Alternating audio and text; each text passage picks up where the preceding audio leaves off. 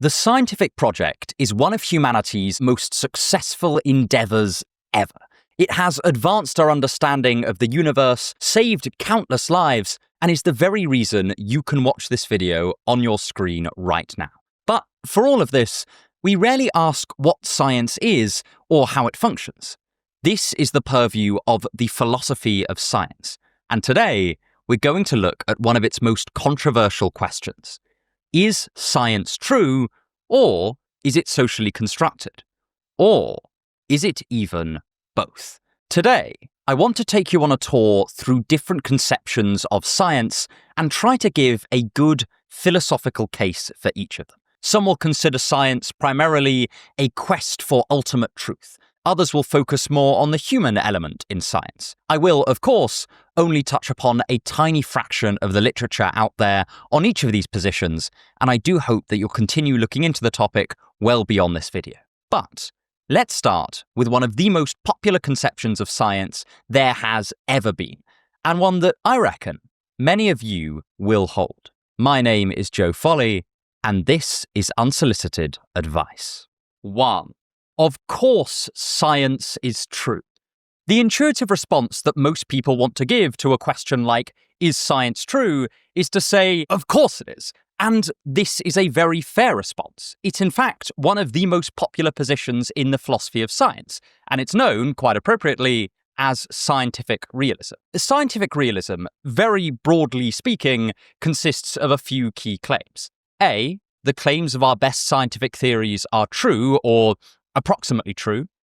B, the objects scientific theories refer to, including things like electrons, quarks, and other objects that aren't directly observable, are real existent objects in a metaphysical sense. C, the objects of scientific investigation exist totally independently of any human experience. Scientific claims are thus true in a way that does not depend on us at all. Our science, and the science of some hitherto unmet alien species, would therefore be the same.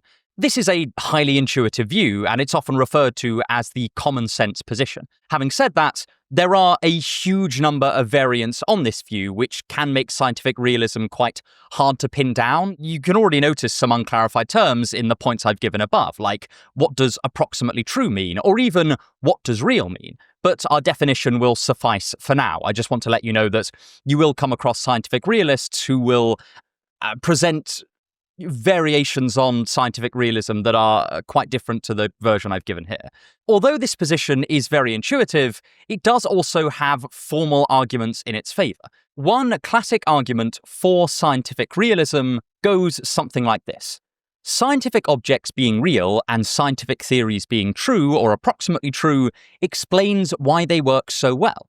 The success of germ theory is best explained by the real existence of germs, which we could later observe directly or semi-directly using certain scientific instruments. And in just the same way, although we may not be able to observe all of the objects of scientific inquiry in this neat, straightforward fashion, success of the theories that postulate these objects give us very good reason to believe in their real heavyweight metaphysical existence. Although this argument is best associated with Hilary Putnam and is generally called the no miracles argument, drawing from the idea that if the claims of scientific theories weren't approximately true and the objects weren't referring to real existent things out there in the world, the success of science would seem a miracle.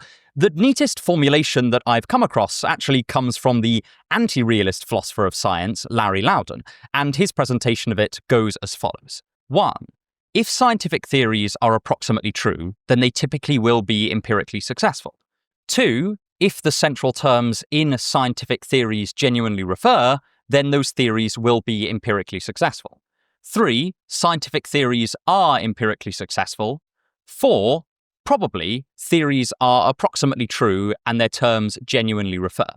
This is an abductive argument. It's not deductive. In fact, it would be deductively invalid, but it is an inference to the best explanation. You'll also notice it attempts to show two separate things.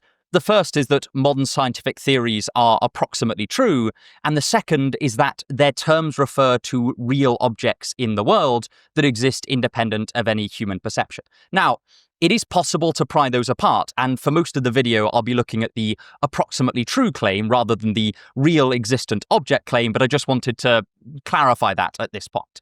Of course, this is just a far more formal way of expressing the very intuitive idea that science works because it is true. Another argument you might posit in favour of scientific realism is to appeal to scientific progress. The idea is that our scientific theories seem to get more accurate over time. We could predict some things about disease with the theory of the humours, but we can predict far more based on the basics of germ theory. As germ theory has developed more and more over time, we have become far, far better at combating and predicting diseases. So how do we explain this, if not by saying something like, there is an underlying metaphysical truth of the matter which our scientific theories are getting closer to? Additionally, we could appeal to the intuition that scientific theories converge. That is, that if we all started from nothing, we would all end up at the same scientific theories that we have now after enough time. So the thought experiment is that if we were to destroy all scientific knowledge, then it would come back pretty much exactly as it exists today. And this contrasts with other documents like fiction or mystical texts. This is ultimately an empirical claim, but if it is true, then it would suggest that scientific claims are, at the very least, converging upon a single set of propositions about the world.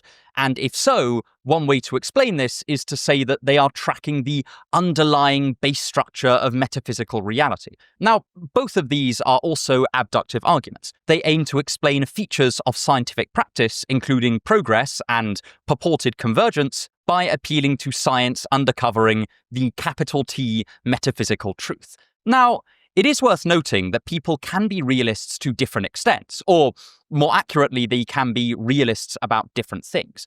For example, you could be a realist about the so-called observable objects of a scientific theory, but not about the unobservable ones. Or alternatively, some philosophers are realists about the structure of scientific theories, but they think that the objects of those scientific theories might be later replaced with other objects. For example, most physicists are quite happy to concede the reality of many, many scientific objects, but the case of the electron and other incredibly small particles that are only representable through incredibly complex mathematics have famously been sticking points for many of them.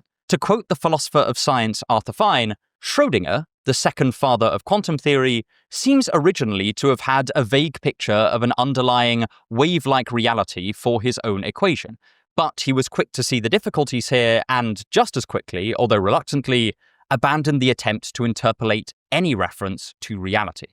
Fine points out that a similar attitude was held by Heisenberg. In both cases, he argues that the underlying reality of the objects, and thus the strict truth of the theory, was far less important to these physicists than the practical mathematics providing us with the means of interacting and predicting certain observations. This is foreshadowing for later in the video. Thus, in theory, you could be realists about one part of a scientific theory, but not others. Maybe a more common example is the mathematics that's inherent in modern scientific practice. Although every modern advanced scientific theory will almost certainly rely on quite complicated maths to function, most people don't tend to think that the mathematics involved exists in some kind of heavyweight metaphysical Platonic sense. Most people tend to view mathematics as a tool of thought that is used to predict certain physical events. In effect, Fine claims that Heisenberg and Schrödinger viewed the names of these tiny particles that can only be represented by complex mathematics in quite similar ways. The electron is a very interesting example here, and actually a guy called Kwame Navarro has written an entire book on how the conception of the electron has evolved in the past 100 years and has differed in reality and even definition between different scientists. So that is scientific realism in a nutshell, and also a few reasons why you might want to believe in it, though I imagine that many of you will believe in it already in some sense.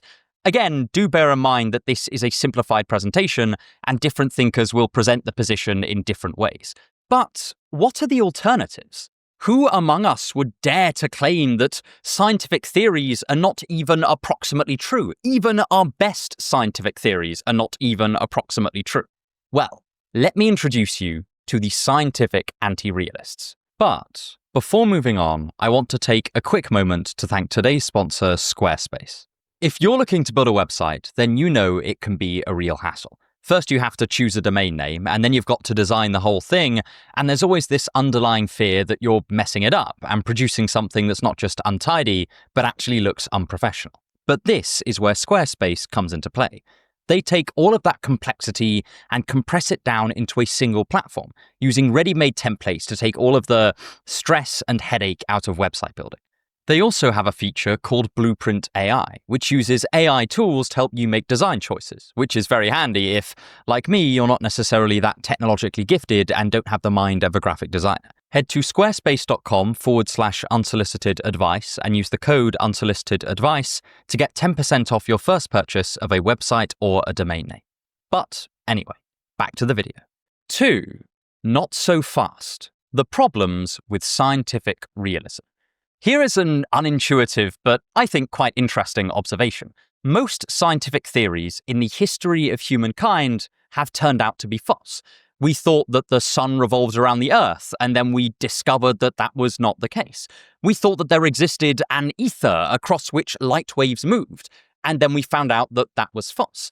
Newtonian mechanics was one of the single most successful physical programs in the history of mankind.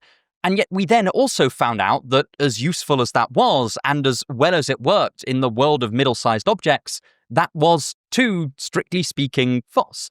The history of science, and indeed, I would argue, the triumph of science, is the strewn corpses of a whole bunch of quite good theories that we really thought were true, but that turned out to not be true. So here's the question. Why should we expect our own modern theories to buck this trend? This argument is known as the pessimistic meta-induction and is most closely associated with Larry Loudon, who we met earlier. It's pessimistic because it argues that most of our modern scientific theories, if not all of them, are likely to be, strictly speaking, false, and it is a meta-induction because we are observing the history of scientific induction and drawing a further inductive conclusion from that. That is, if we use the history of science to test the hypothesis, does scientific inquiry produce absolutely true theories, we would conclude that it does not. Thus, by the lights of empirical inquiry itself, we should not think that our current scientific inquiries are true. Of course, there is a very intuitive realist reply to this, which is to say that our scientific theories are not going to be totally true, but they will be closer to the truth than those which came before. This links back to the scientific progress point that we discussed in the last section. However, as K. Brad Ray has argued in his book, Resisting Scientific Realism, no prizes for guessing where he stands on this, there are some potential problems with this response. Because if we do look at the history of science, there are numerous occasions where a scientific theory was closer to what we now consider to be the truth, yet was less successful than its competitors, or just no more successful. For example, we've all heard of Copernicus's heliocentric model of the solar system, and just how revolutionary it was in astronomy. But what most people don't know is that it was not any more successful at predicting the movement of planets than geocentric models at the time. And in fact, its heliocentrism didn't have much to do with its success at all. To quote Ray directly, in order to develop a theory that was as accurate at predicting the locations of planets as the contemporary Ptolemaic theory was, Copernicus had to employ both, 1, eccentric circles, and 2, epicycles and deferent circles in his planetary models, irregularities that he regarded as misrepresenting the structure of the cosmos. And as a side note, these are things that we've let go of in our modern-day models of cosmology. Hence, even granting that the Copernican theory is a more accurate representation of reality insofar as it acknowledges that the Earth and other planets orbit the Sun, its predictive success was not a consequence of the fact that it mirrored reality. Rather, the theory's predictive success was a consequence of the fact that it employed eccentric circles, epicycles, and deferent circles. These were built into the planetary models ad hoc to ensure that the theory could account for the phenomena, and that it would be as successful as the contemporary Ptolemaic model. That is, the Copernican model of the solar system, the heliocentric one, was closer to the truth, but it wasn't any more successful than rival geocentric models. And moreover, its predictive success hinged on the very parts of the theory that we know today are false. The assumption of the realist that scientific success must be explained by underlying metaphysical truth is called into question. And once success and truth are separated in this way, the anti-realist has a tantalizing opportunity to account for the success of science in ways that do not involve scientific realism. One of the major attempts to do this comes from Bas van Fraassen and is called constructive empiricism. The idea here is that science does not aim at any kind of capital T truth, but instead at empirical adequacy. Empirical adequacy is, roughly speaking, the ability of a theory to predict and accommodate observations in the world. Van Fraassen holds that this is, in fact, what science and scientific practice is aiming at and ought to aim at. This is quite a different picture from the realist one that we just looked at, because it doesn't deal with the metaphysical external world at all. It doesn't say anything about it. It is, for example, broadly quiet on the subject of whether electrons are real or anything like that. It's only really concerned with whether the scientific theories in question can correctly predict observations, or observables, as they're sometimes known in the literature. On this picture, scientific progress is accounted for by the increasing ability of scientific theories to accommodate our observations, or save the phenomena, as Van Fraassen is fond of saying. We can think of scientific theories here as much more like models than like truth claims. When we believe in a scientific theory, Van Fraassen thinks we are sort of just betting that it will be able to accurately predict observations in some domain of experience. Or, to give his more technical definition, a theory is empirically adequate exactly if all appearances are isomorphic to empirical substructures in at least one of its models. Here, problems like the pessimistic meta-induction arguably become a lot less challenging, because whereas theories and propositions can only really be true or false, they can only contain true or false propositions, empirical adequacy can very naturally permit degrees, in that a theory can be empirically adequate for a larger or a smaller amount of phenomena. For instance, Newtonian mechanics and general relativity theory have enormously different pictures of reality at the fundamental level. After all, one has Euclidean absolute space and the other has curved spacetime. So, despite what some people might say, it is, at first glance, quite difficult to say what Newtonian mechanics being approximately true relative to general relativity theory would mean under the scientific realist metaphysical capital T truth conception. But the constructive empiricist faces just no issue here. Someone like Van Fraassen can specify exactly in what way our physical theories have advanced from Newtonian mechanics to general relativity theory. That is, general relativity theory can predict more observations and accommodate more phenomena. Whereas Newtonian physics struggle to explain, for example, why Mercury has a slightly wobbly orbit, general relativity theory can do so with ease. This means that the constructive empiricist also has a very intuitive notion of scientific progress, and arguably one that is even more intuitive than the scientific realist. For Van Fraassen, there is no need to talk about truth to explain any aspect of scientific progress. Successful theories survive and prosper, while unsuccessful ones fall away. It is evolution by empirical selection. Additionally, constructive empiricism privileges what we can perceive over the scientific realist idea that there is a metaphysical reality that is out there and is the subject of scientific inquiry. And arguably, this is pretty close to the spirit of scientific inquiry as it's most commonly conceived of, as something that is based fundamentally in observation and in what we can see. One of Van Fraassen's reasons for his position is that he views scientific realism as, strangely enough, kind of wooey and spiritual and metaphysical. He thinks, why are we talking about some world beyond our perceptions when all we can observe, and thus all science ought to concern itself with, is within our perceptions? That's almost definitionally true.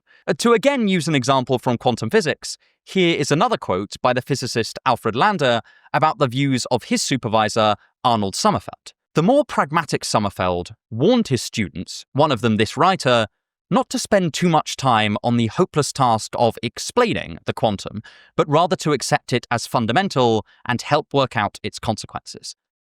That is, don't worry about what quantum physics is in any deep metaphysical sense, just focus on its observable consequences.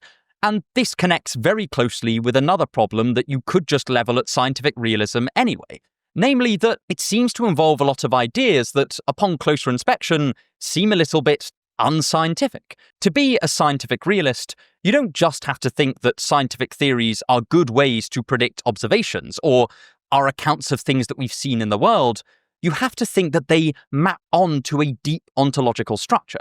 You have to claim a reality in a way that goes far beyond what we can see with our limited human perceptual apparatus. You have to make claims about some base level of existence that we'll just never get to experience directly. And surely, you might say, this is the kind of metaphysics that science and philosophy of science should at least try to avoid.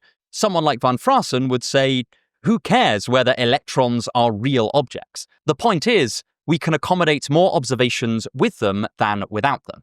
Additionally, van Fraassen can account for all the things that we care about in scientific inquiry that don't at first glance seem to have anything to do with truth at all. For example, as Milena Ivanovna points out, it is not uncommon for us to value scientific theories as not just predictive, but beautiful or aesthetically pleasing. And this does actually have an impact on which scientific theories get popularized or accepted. Moreover, as far back as Aristotle, we have recognized that simplicity is a desirable trait in scientific theories, all else being equal. This is quite difficult to justify on a merely realist picture, because why would we think that simpler theories are more likely to be metaphysically true? Reality is famously quite complicated, and we don't necessarily have any a priori reason to think that metaphysics is going to be inherently simple.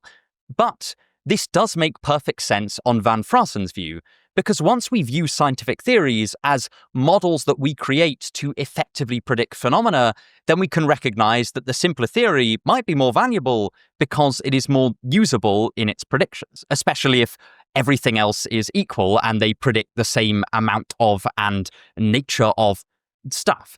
So I wanted to look at van Fraassen's view for this second section because it's a kind of anti-realism in science that nonetheless does not in any way fall into subjectivism or even a loose kind of relativism. It is a real, verifiable fact which theory is more empirically adequate than another theory. However, this is also a view of science which explicitly denies that science cares about truth in a heavyweight sense. And this is a really important point.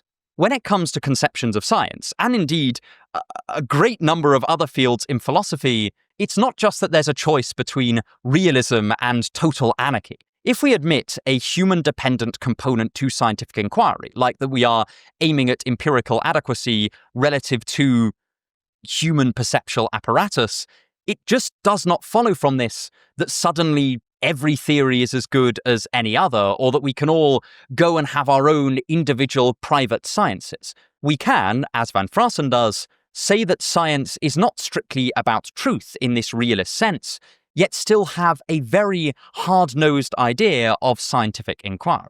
But, of course, there are many other positions on science and its progress and its connection with truth. And perhaps one of the most interesting ones focuses on the idea of the scientific revolution.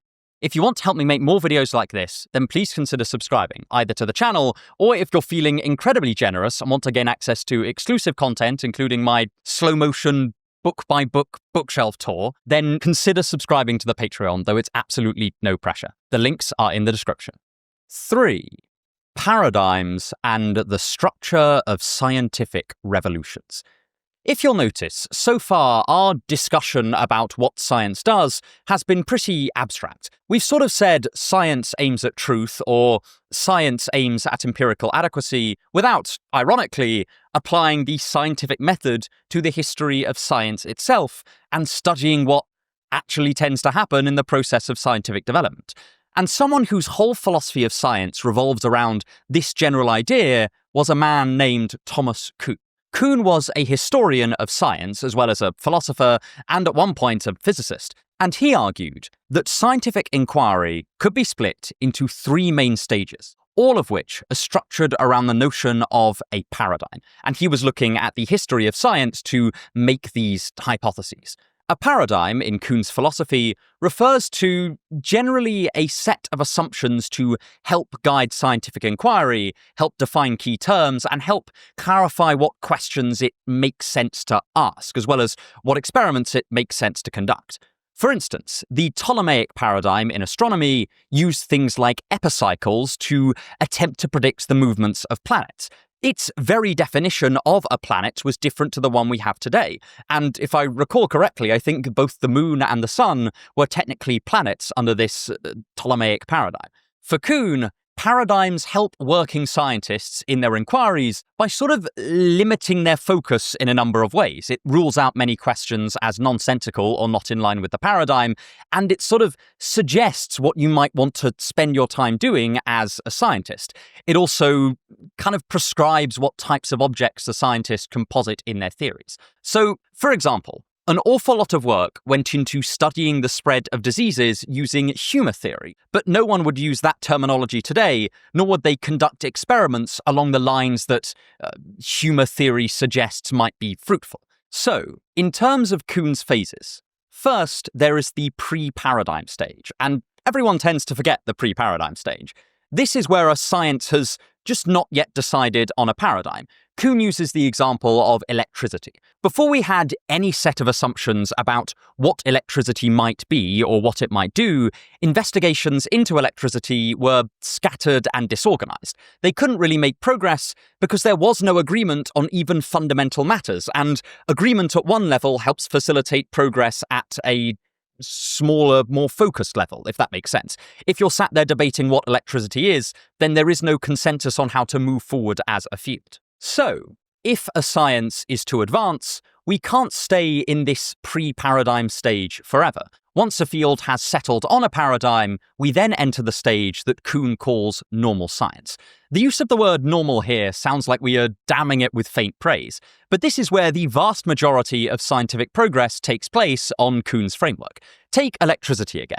According to Kuhn, one of the earliest paradigms in the study of electricity was fluid theory, or the debate between two fluids or one fluid we really don't need to get into here. Generally, the idea was that electricity was a fluid, and this helped explain certain things about electricity, like how it can seemingly go between objects in a free-flowing way. We even still talk about the flow of electricity in our popular speech. Now, once people had settled on this paradigm, they could start to make experimental progress under these assumptions. So, all of Benjamin Franklin's famous electricity experiments took place within the fluid paradigm. In fact, he was a proponent of the single fluid theory.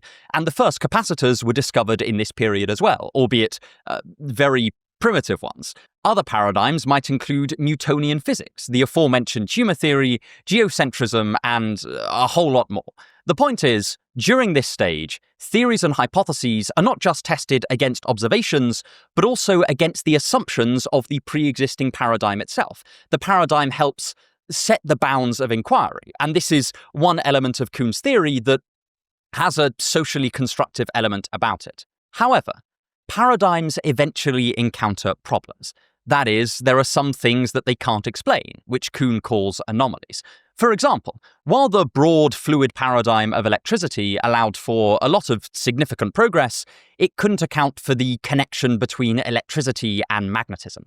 Over time, this became a bigger and bigger issue for the paradigm, and eventually a new paradigm rose to take its place. The broad paradigm of electromagnetism advanced by Faraday and Maxwell, which could, among other things, explain these anomalies. So, in this process where one paradigm is taking over another, a new normal science can begin, but the transition phase itself is called revolutionary science. And yes, it's just when one set of these overriding assumptions and practices and experimental designs is replaced by another. That is, a whole new understanding of a given set of phenomena emerges. So, As Kuhn himself points out, these paradigms are not nearly as clear-cut in real life as when we look back on them. We can think of them a little bit like how we think of historical periods like the medieval period or the late Roman Republic. There is no single event which changes what historical time period we are in, but the divisions are useful and they do reflect genuine changes in the world,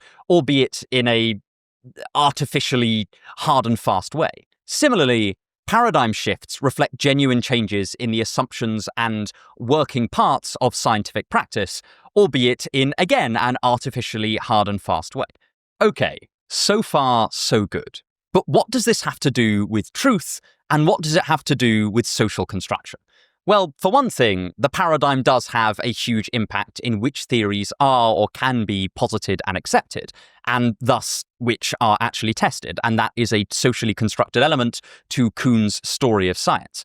But additionally, Kuhn uses this historical argument for a further philosophical thesis, namely that different scientific paradigms are incommensurable. That is, there is no one-to-one translation between different paradigms, and that these paradigms have a direct effect on how we perceive the world. Some have described this as putting the scientist back in science, as it attempts to account for the human element in scientific inquiry, and tuck away that idea of the human element in science, because it will be very important in the next section as well. Kuhn argues that our observations of the world are not theoretically neutral, because our expectations and prior assumptions, that is, our theory, affect how we perceive the world. I've previously used the example of the Wittgensteinian duck-rabbit illusion, or rabbit-duck illusion, and Kuhn appeals to this as well. The idea is that if you tell someone that this is a rabbit, they will tend to see the rabbit, and if you tell them that it's a duck, they will tend to see the duck. Kuhn thinks that paradigms work in a similar way by affecting how working scientists perceive and carve up the world. As a result, it does make a certain sense to say that the world as perceived by Aristotle and the world as perceived by Galileo and the world as perceived by Einstein are incredibly different beasts. And inasmuch as these scientists were studying the observable world, they were studying different things. It's important to note this does not imply some kind of radical idealism about the world. And if Kuhn were writing today, he might frame this more in terms of empirical research about predictive cognition and perception. Kuhn calls into question the theory neutrality of observation. Although, once again, saying that observations may not be theory neutral is not the same thing as saying that anything goes. To think back to that image, I can see a duck or a rabbit, but I can't see a fire truck. Additionally, Kuhn thinks paradigm shifts entail fundamental shifts in the semantic meaning of scientific terms, such that he thinks that scientists in different paradigms throughout history are, in a strict sense, talking about different things. Take the word space. As we've already said, what Newtonian mechanics says about space and what general relativity says about space are fundamentally different. But if they're so different, then Kuhn asks, in what sense could space be said to have the same meaning in both theories? Kuhn would argue that the languages of these theories are so different that we shouldn't think of the transition as one of gradual progression, but a fundamental shift even in the semantics of the key terms of our scientific inquiries. This also means that Kuhn thinks the scientific objects we talk about now will probably not be the same ones that we'll talk about in a couple hundred years. Kuhn's way of conceiving of science and scientific progress thus challenges that common sense realist picture that we looked at in the first section. But it's worth noting it is an open question whether it challenges the kind of constructive empiricism put forward by someone like Van Fraassen.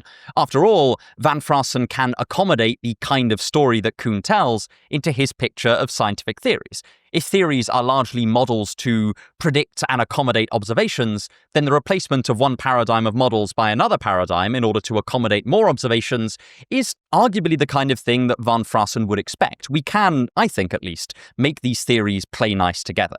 I wanted to talk about Kuhn because I think that his broad approach represents a very different way of doing the philosophy of science. By reflecting on the history of science, Kuhn wants us to start seeing scientists as people embedded within certain theoretic assumptions, and that we too are embedded in the assumptions and paradigms of our era that may one day be overthrown. And once again, we don't have to start saying that science is radically subjective or anything like that in order to do this. I think part of the problem here may just be branding. People hear that Kuhn thought different scientists working in different paradigms lived in different worlds and think that he is some kind of radical idealist. But if we look at his theory, he's not saying anything nearly so extreme. Nonetheless, the theory is still pretty much at odds with realism because it denies that science is getting closer to the truth in any metaphysical or ontological sense. But let's look at one final conception of science, and one that asks us to rethink what we mean by truth and reality altogether. 4. Science and pragmatism. I've mentioned this on the channel before, but one of the greatest philosophers of science working today, in my opinion, is Professor Hasok Chang. He belongs, broadly speaking, to a philosophical tradition known as pragmatism, and his view of science is thoroughly practical and pragmatic. Yet he also aims to show that this pragmatism still captures many of the attractive components of realism without its philosophical baggage. Chang begins his book, Realism for Realistic People, with quite a similar observation that we touched upon a while ago, that while scientific realism seems like it is a common sense picture of science and scientific practice, and seems like it's doing justice to science itself, it has a number of elements that, on closer inspection, feel a bit more magical in nature. Scientific realism holds that our language corresponds to and refers to reality through something that sounds like quite a mysterious mechanism. I don't know how this would be, on the face of it, accommodated in a purely materialistic or naturalistic picture. It states that through observations and scientific language, we can somehow get outside of our observations and to metaphysical bedrock. It makes truth itself something that is totally abstract, and it treats human beings as if we could access a God's eye view of the world when we can't. We're not God. We have our own biases and assumptions and theories working in the background. We're not just reason machines. Chang thinks that these are fundamentally unscientific and anti-naturalistic assumptions to make. And so he presents an alternative idea of science, which is based around the notion of operational coherence. Operational coherence sounds like it's going to be quite abstract and difficult, but it's actually very concrete. It's the ability of us to coordinate action to achieve a desired goal. Chang uses an example from a guy called Polanyi about riding a bike. When we ride a bike, we draw from propositional knowledge about how a bike works and the nature of gravity, but also non-propositional practical knowledge about how to pedal, how to maintain balance, and so on. All of this comes together to create the operationally coherent activity of riding a bike, and Chang argues that science works in a similar way. Scientific knowledge is, for him, not only about propositions like what is oxygen, but also encompasses a much broader range of knowledge, including how to set up an experiment, how to analyze statistical results, and so on. Chang thinks that the ultimate aim of science is to create highly effective, operationally coherent, pragmatic frameworks so that we can interact with our perceived environment in a more successful way. This is a pretty naturalistic way of describing scientific practice, in Chang's opinion, because it poses science as a way of delivering what humans want. It also places the scope of science firmly within the world we can perceive, and it leaves any kind of metaphysical stuff to one side. And obviously, this is very different to the realist's picture. In fact, Chang goes so far as to say that within the context of science, we should use truth to just mean operational coherence and things that facilitate operational coherence, as opposed to any heavyweight ontological notion. Chang also gives numerous arguments in favor of his conception of science. His book is very complicated and is also situated within the context of a series of debates that we just can't go into. But to simplify, one of Hahn's main points is that recognizing the human element in science and that it relies on human desires and human aims does not mean that we need to have a relativist or a subjectivist view on things at all.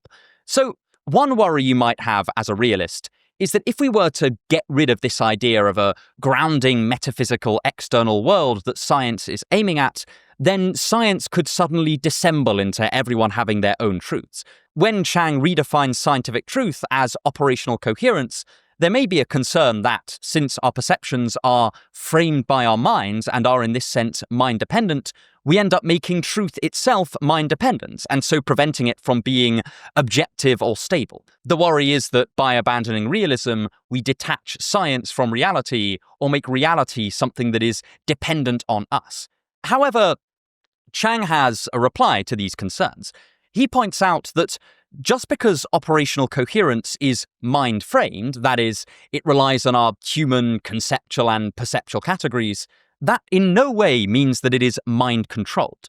That is, he breaks apart two different senses of the term mind-dependence. This again can sound abstract, but it is quite easy to understand. Take the idea of colour. How we perceive colour obviously depends on our particular human way of seeing the world. It relies on us having a certain number and coordination of cones in our eyes, and a particular neurological way of processing information. It might also depend on our colour categories. Famously, ancient kind of Homeric Greece didn't have a word for blue, so in Homer, the sea is described as wine dark. No, they don't have a... Yes, no, it is there. I forgot whether it's blue or purple. No, it is blue. However, this mind framing does not mean that what colours we see are up to us. I can't, for example, by sheer force of will, see a red table as blue or a purple thing as a green thing. Likewise, the idea of a plane might be mind-framed in that the category of planes is defined by humans. It is a conceptual category that depends on us. But importantly, that doesn't mean that we can just will things to fly. Chang's point is actually quite modest. He's trying to reconcile two things that seem intuitively like they're true.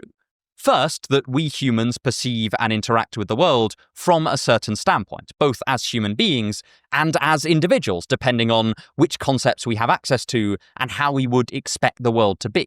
We saw this point earlier with both Van Fraassen and Kuhn. Secondly, however, Chang wants to account for the fact that what we perceive and how the perceptual world behaves is not, in the vast majority of cases, up to us. This is what Chang means when he says that our reality is mind-framed, but not mind-controlled. The whole concept of mind dependence turns out to be hiding an ambiguity. It's conflating one unproblematic idea of mind dependence, mind framing, and another deeply problematic one, mind controlling.